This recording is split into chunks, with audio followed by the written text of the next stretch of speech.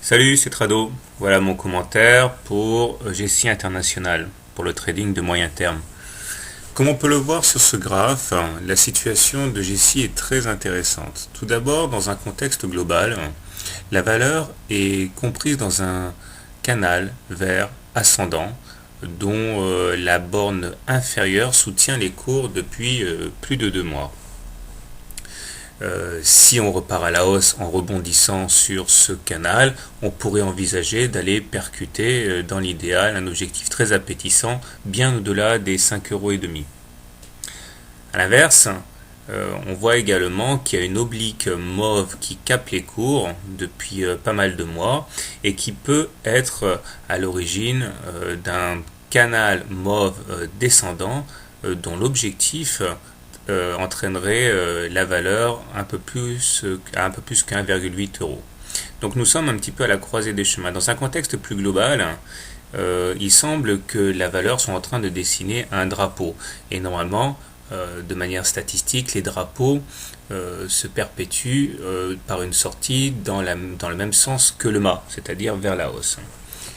Dans un contexte encore plus global, on voit que la forte progression qu'il y a eu s'inscrit dans le retracement des 50% de niveau de Fibonacci. Effectivement, depuis son top en 2007, la valeur a connu un purgatoire qui l'a emmené jusqu'à des plus bas vers 1,5, et la hausse qui s'en est suivie ne s'est pas faite de manière désordonnée puisqu'elle s'est arrêtée pile poil sur le niveau des 50%. C'est-à-dire que ceux qui avaient profité de rachats à bon compte se sont déchargés progressivement puis massivement au contact du retracement des 50% vers 4,5. Alors maintenant, un petit coup d'œil sur les indicateurs montre que le MACD est très indécis puisqu'il se lève autour de son signal sans indication claire. Le stochastique est plus vigoureux puisque lui, clairement, est au-dessus de son signal et continue son chemin vers le nord, tandis que le momentum, également plus aguerri, se dirige vers le nord également.